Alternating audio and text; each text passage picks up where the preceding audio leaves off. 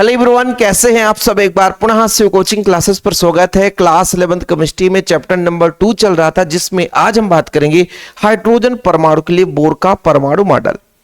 इसके पहले आपने थॉमसन का परमाणु मॉडल पढ़ा, रदरफोर्ड का परमाणु मॉडल पढ़ा, लेकिन उनमें भी कुछ न कुछ कमियां रह गई, पूरी तरीके से व्याख्या नहीं हो पाया। उन कमियों को दूर करने के लिए बोर ने अपना मॉडल प्रस्तुत किया।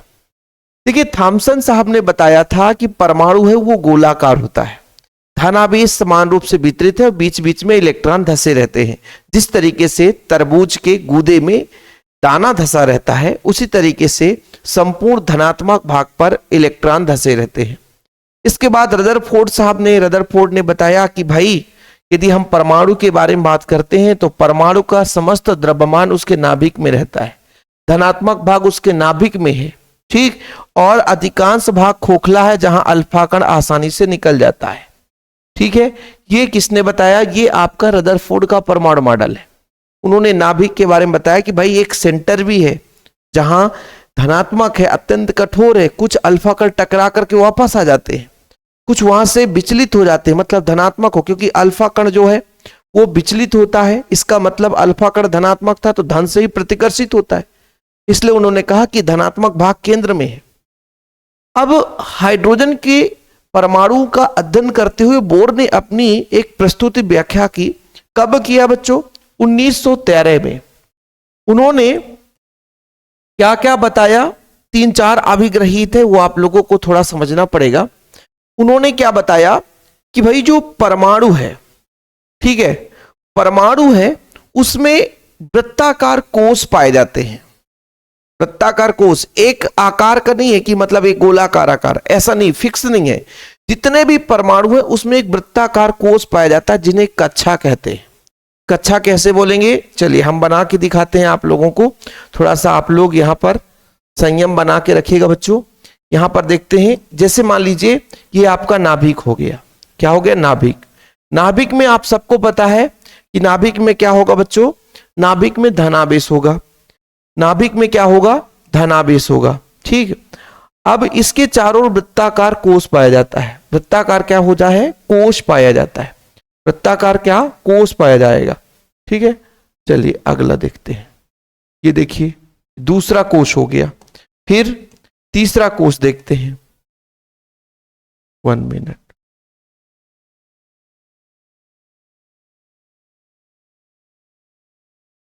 ये आपका तीसरा कोष अब हुआ है ना। अब चौथा कोष लेकर चलते हैं, चौथा कोष बनाते हैं। नाभिक के चारों वृत्ताकार पथ पाया जाता है, जिसकी एक निश्चित ऊर्जा होती है ना। अब इनको हम नाम दे देते हैं बच्चों, ठीक है, क्योंकि आप सबको पता है कि नाभिक पर धनावेश है। नाभिक पर कौन सा आवेश है? धनावेश है। और नाभिक के चारों वृत्ताकार कोष पाया जाता है, जिनको क्या बोलते हैं? KLMN। क्या बोलते हैं? KLMN। पहला कोष ये K है, दूसरा कोष ये L है, तीसरा कोष ये M है, और जो KLMN ये आपका चौथा कोष हो गया। ये जो पहला कोष है बच्चों, इसको हम K बोलते हैं, दूसरे को L, तीसरे को M और चौथे को N। KLMN ये नाभिक के चारों वृत्ताकार कोष पाए जाते हैं, जिनकी एक निश्चित ऊर्जा होती है। इन वृत्ताकार कोष को ही हम ऊर्जा स्तर के नाम से जानते हैं। यहां पर इलेक्ट्रॉन जो है वो चक्कर लगाता है। इलेक्ट्रॉन क्या करता है? चक्कर लगाता है, ठीक है। ये एक निश्चित ऊर्जा कोष पाए जाते हैं। ओके, चलिए रदरफोर्ड के परमाणु मॉडल की कमियों को दूर करने के लिए हाइड्रोजन परमाणु के स्पेक्ट्रम की रेखाओं की व्याख्या की। 1913 में नील्स बोर ने प्लांक के क्वांटम सिद्धांत के आधार पर एक मॉडल प्रस्तुत किया, जिसमें उन्होंने क्या बताया? हाइड्रोजन परमाणु में जो इलेक्ट्रॉन है, नाभिक के चारों तरफ एक निश्चित त्रिज्या और ऊर्जा वाले वृत्ताकार पथ में घूम सकता है। इन वृत्ताकार पथों को हम कक्षा या स्थायी अवस्था या अनुमत ऊर्जा स्तर कहते हैं। ये कक्षाएं नाभिक के चारों ओर संकेंद्रीय रूप में व्यवस्थित रहते हैं। पहला पॉइंट यही हुआ कि प्यारे बच्चों, नाभिक के चारों ओर वृत्ताकार पथ होता है जहां इलेक्ट्रॉन चक्कर लगाते हैं, निश्चित त्रिज्या की होती है, निश्चित ऊर्जा की होती है, ठीक है। ये पहला पॉइंट हो गया। दूसरा पॉइंट आप लोग लिखना कि ये जो आपके जो कोष है, इनकी ऊर्जा नियत है। इनकी ऊर्जा बदलती नहीं है। ये जितने भी कोष हैं इन सब कोषों की ऊर्जा नियत रहती है ना। इन कोषों को क्रमशः पहले कोष को K, दूसरे कोष को L, तीसरे कोष को M और चौथे कोष को N से प्रदर्शित करते हैं। ठीक है, 4 पॉइंट है मुख्य रूप से, आप लोग परेशान नहीं होना। जैसे आप लोग इस पॉइंट को लिख लो, निश्चित ऊर्जा स्तर या कोषों में घूमते हुए इलेक्ट्रॉन की ऊर्जा ना तो क्षय होती है और ना ही वृद्धि होती है, अतः विशिष्ट ऊर्जा स्तरों में घूमते हुए इलेक्ट्रॉन की ऊर्जा स्थिति व निश्चित होती है।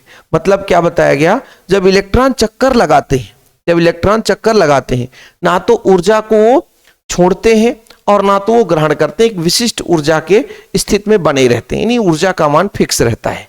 यदि हम बाहर से एनर्जी देंगे, देखिए मान के चलते हैं कि आपका एनर्जी ऊर्जा का स्तर हम मान के चलते हैं, देखिएगा बच्चों थोड़ा सा आप लोग, ये मान लीजिए आपका E2 है और ये अपना मान लीजिए E1 है।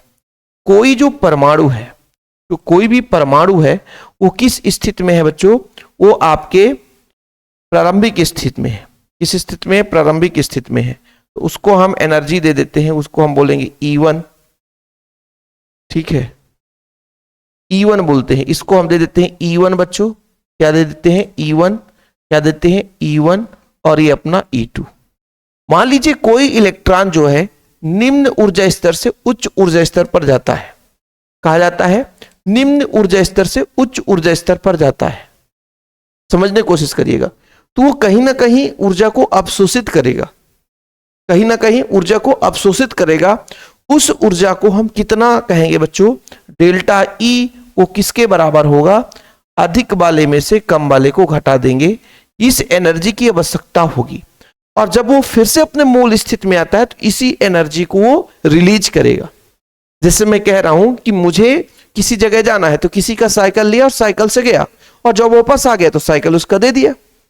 ऐसे ही जब इलेक्ट्रॉन E1 से E2 की ओर जाता है, कोई भी इलेक्ट्रॉन है E1 से E2 की ओर जाएगा, तो वो एनर्जी को क्या करेगा? अपनी ओर लेगा, एनर्जी को ग्रहण करने की कोशिश करेगा। एनर्जी को क्या करता है? ग्रहण करने के लिए कोशिश करता है। ठीक है, और जब वो इलेक्ट्रॉन अपने मूल स्थिति पे आता है तो उसी ऊर्जा को त्याग देता है। उसी पॉइंट को यहां पे समझाया गया है। कक्षा में इलेक्ट्रॉन की ऊर्जा समय के साथ परिवर्तित नहीं होती है, तथापि कोई इलेक्ट्रॉन निम्न स्थायी स्तर से उच्च स्थायी स्तर पर जाएगा जब वह आवश्यक ऊर्जा का अवशोषण करेगा। देखो ना, मैंने क्या बोला कि जब वह निम्न ऊर्जा स्तर से उच्च ऊर्जा स्तर पर जाता है तो क्या करता है? अवशोषण करता है, अथवा इलेक्ट्रॉन उच्च स्थायी स्तर में निम्न स्तर पर आने पर ऊर्जा का उत्सर्जन करता है। क्या बताया गया कि कोई भी इलेक्ट्रॉन है अपनी निश्चित ऊर्जा कोष में ही चक्कर लगाता रहता है, लेकिन यदि वो निम्न से उच्च में जाता है, जैसे मान लीजिए आप लोगों को 4 श्रेणी मैंने बताया, 4 श्रेणी बताया, K, L, M, N, सबकी ऊर्जा में डिफरेंस है। पहले निम्न ऊर्जा, फिर उससे बढ़ता ऊर्जा, ऐसे धीरे धीरे ऊर्जा का क्रम बढ़ता जाता है। तो प्यारे बच्चों, कहने का तात्पर्य हुआ कि जब निम्न ऊर्जा स्तर से उच्च ऊर्जा स्तर पर जाता है, कि जैसे मान लीजिए 4 ऊर्जा स्तर है आपका, और इन 4 ऊर्जा स्तर पे इलेक्ट्रॉन कहीं भी जाने के लिए कोशिश करता है। पहला अपना K है, दूसरा L है, फिर M है, फिर N है। यदि इलेक्ट्रॉन यहां से निकल करके यहां जाना चाहता है, तो E1 से E2 में जाना चाहता है, तो एनर्जी को अवशोषित करेगा, एनर्जी को अवशोषित करेगा, और पुनः मूल स्थिति में आता है तो उत्सर्जित कर देता है। पहले अवशोषित करता है, फिर उत्सर्जित कर देता है। इस पॉइंट को भी क्लियर हो गया आप लोग कि घूमते हुए इलेक्ट्रॉन की ऊर्जा में क्षय नहीं होता है, वो अपनी स्थिति में रहता है। जब वो अवशोषित करेगा या उत्सर्जित करेगा, इस स्थिति में एनर्जी में बदलाव आता है। अगला पॉइंट लिखना कि ऊर्जा के समान ही इलेक्ट्रॉन का कोणीय संवेग भी एक फिक्स होता है। जितने भी इलेक्ट्रॉन है, कोणीय संवेग है ना, समय के साथ उनके कोण में परिवर्तन आप सबको पता है। कोणीय संवेग का होता है सूत्र mvr। कितना होता है? mvr, जो निम्न समीकरण h/2 पाई का पूर्णांक गुणज होता है। क्या होता है? पूर्णांक गुणज होता है। क्या होता है बच्चों? पूर्णांक गुणज होता है। जहां n बराबर आपका 1, 2, 3 ऐसे आगे आता जाएगा। ठीक है, h आपका प्लांक नियतांक, v आपके इलेक्ट्रॉन का वेग है ना। यहां पर आप लोग सब लोग इस फार्मूले के लिए m को कहोगे इलेक्ट्रॉन का द्रव्यमान। m क्या है बच्चों? इलेक्ट्रॉन का द्रव्यमान है, इलेक्ट्रॉन का द्रव्यमान है, इलेक्ट्रॉन का द्रव्यमान है। v क्या है? v क्या है बच्चों? p है आपका इलेक्ट्रॉन का वेग है, इलेक्ट्रॉन का वेग है ना। r क्या है, वृत्तीय मार्ग की त्रिज्या है। क्या है बच्चों, जो कोश है वृत्तीय मार्ग यानी कोश, वृत्तीय मार्ग मतलब कोश, कक्षा जिसको बोलते हैं कोश, है ना, की त्रिज्या है, की त्रिज्या है।